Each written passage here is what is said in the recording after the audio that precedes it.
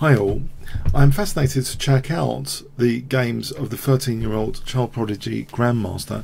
Here is another game from the Reykjavik Open in round 3 against the FIDE master, Stefansson, Vignir Vatnar Stefansson, knight c3. Now this is a move I've played recently for a laugh in an over-the-board game, but I got absolutely nothing from the opening because the opponent kind of ignored it. Maybe sometimes if you're lucky, well, in blitz this can happen and you weaken the light squares and you can sometimes get a really good game. This might be the dream position from this system, but Nodirbek Abdusattorov, he does basically just ignores knight c3, he plays c5, and this happened to me. My opponent just played for a Sicilian, so not weakening the light squares. Knight f3 and now d6, e4, so we have a Sicilian defense transposition, knight f6, and now the rather, can I use the word lame move d3? It doesn't really test black, you know, in a theoretical sense. Maybe when playing against someone much higher rated, you at least want a sort of razor sharp line where maybe the complications are too much for them. Maybe you can have some lucky tactical break, you know, like entering a lottery, you know, good tactical lines. But here we have a positional position where black is just comfortable here already out of the opening. White plays now h3, perhaps to stop bishop g4, and you might think black's also correspondingly should be worried about bishop g5, especially if black ever plays e5, weakening d5. We see actually rook b8, which is another very logical thematic move. The rook gets out of the way on this diagonal, prepares to expand on the queen's side. White only puts a temporary break on the b5 plan. a6, bishop e3, and there might be a concern here about white playing d4. So we do get black committing now to e5, which of course weakens d5. But here, if we try and immediately exploit the d5 with, say, bishop g5, let's just take this as a point of investigation here. I think technically black is actually okay even with that d5 square weakness. If you look at this position here, b5, black technically has a small edge. I'm not sure it's such a big deal to occupy d5 like that here. But anyway, I mean, yeah, it's a position now after queen d2 where black is doing fine, and there's pressure being exerted actually on white's position here. You can see that the h3 is a target now and is actually defended with king h2. So it seems a bit meek, white's setup.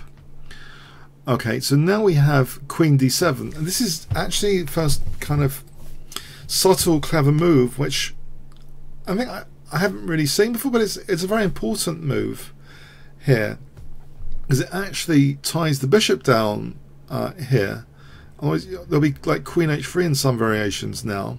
So black is immediately threatening knight takes and then queen takes h3. So white is playing another passive looking move now, knight e1, just to get out of the way of knight takes. And then, yeah, if we have a move like bishop g5, you can see this is a disaster with this battery set up on h3, and then black's just basically winning. So yeah, we have this meek looking knight e1. This is a FIDE master. He's been, you know, he's just huddling here against his 13-year-old grandmaster opponent. b5, black's just getting a wonderful opening position. It's seemingly in an effortless manner. f4 now. If white tries knight d5, basically I think the end result is just a dislocated pawn. Black just takes, plays f5. Let's imagine this position. There's knight b3, so there's not even a c3 here. So what does white do? If white plays, say, taking, white's just worse here. That pawn is pretty disconnected from the rest of the pawns. Black enjoys this semi-open c-file pressure. Black's slightly better there. So this is already a very difficult position here. So yeah, f4 was played, which maybe carries with it some idea that it could be aggressive, but we have b4, knight going back, knight takes e2, which clears open this diagonal, which means now after e takes f4, we're opening up this pardon me, this bishop's been opened up. Knight h5 hits the b2 pawn, White protects that, but black gets in the option now to just lock down the king side, putting more pressure on e4. Queen d2, bishop b7. Oh, pardon me. Okay. Anyway, there's not much more to this game actually. d4 was played.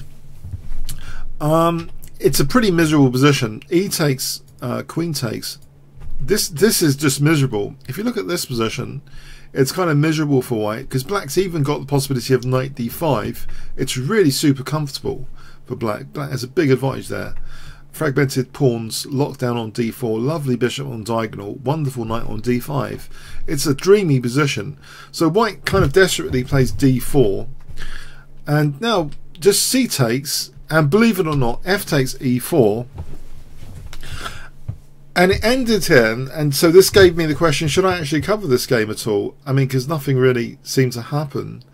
And you might not appreciate this game whatsoever. But yeah, I mean, I just think it's amazing in a way that, you know, a FIDE master just has a totally passive game against this 13-year-old grandmaster opponent, and just resigns here. I mean, this is maybe just frustration to play d4 here, but it's actually it's very difficult for white to do much in this position. So I thought I'd just show you this just from a point of view of completeness, to try and show you some of the decisive games of this amazing 13-year-old grandmaster recently at the Reykjavik Open. So I think there might be one or two instructive points, but please don't be too disappointed. I'll be covering other games at the moment. I'm just covering a variety of games, maybe, you know, more than one game in a day. So I hope you don't mind this quick, short, illustrative game. Okay, comments, questions, likes, shares appreciated. Thanks so much. This was the final position. F takes e4. Black clearly a pawn up for not much. Okay, thanks very much.